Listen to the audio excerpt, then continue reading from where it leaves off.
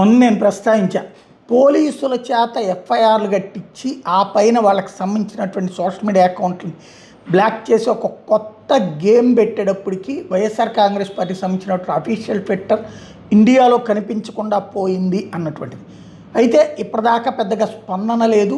3 రోజుల తర్వాత వాళ్ళు జగన్మోహన్ రెడ్డి స్పందించారు. అదే కాదు, వరుస పెట్టి వాళ్ళని దెబ్బతీస్తున్న వేళ ప్రజల ప్రతిపక్షాల గొంతు నొక్కేలా చంద్రబాబు ప్రభుత్వం తన అణచివేత చర్యను కొనసాగిస్తూనే ఉంది. ఏడాది ఆరంభంలో మా అధికారిక ఇన్స్టాగ్రామ్ హ్యాండిల్ నిలిపివేసిన తర్వాత ఇప్పుడు అధికారిక వైఎస్ఆర్సీపీ ఫేస్బుక్ పేజీని కూడా భారతదేశంలో అందుబాటులో లేకుండా చేశారు. ఇది కేవలం వైఎస్ఆర్సీపీపై జరిగిన దాడి మాత్రమే కాదు, ప్రజాస్వామ్య విలువలు మరియు భావప్రకటన స్వేచ్ఛ మీద జరిగిన దాడి.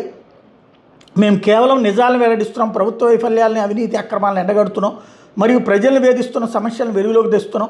నిజాలు మాట్లాడుతున్నారనే కారణంతో ప్రతిపక్ష పార్టీ అధికారిక హ్యాండిల్స్ తద్వారా ప్రతిపక్షాల గొంతుకులు నొక్కేయడం అత్యంత ప్రజాస్వామికం.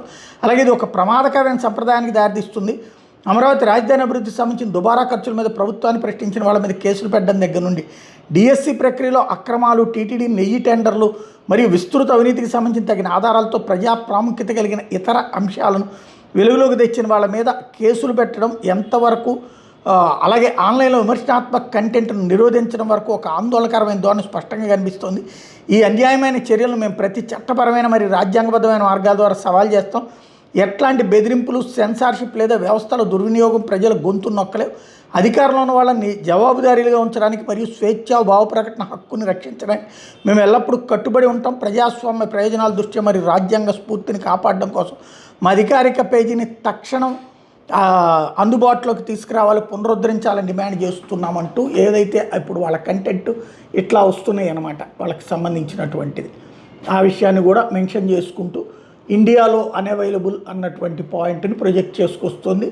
వీళ్ళు చేసినటువంటి తెలివైనటువంటి పని ఏంటంటే ప్రభుత్వం వాళ్ళు ముందు దాని మీద తప్పుడు సమాచారం అని పోలీస్ ఎఫ్ఐఆర్ గడ్డ, ఎఫ్ఐఆర్ తర్వాతన వాళ్ళ ద్వారా ఏది ఆ సదరు ఫేస్బుక్, ట్విట్టర్ ఇట్లాంటి వాళ్ళ ద్వారా అది తీసేయమని, కంటెంట్ తీసేయమని చెప్పి నోటీస్ ఇవ్వడం.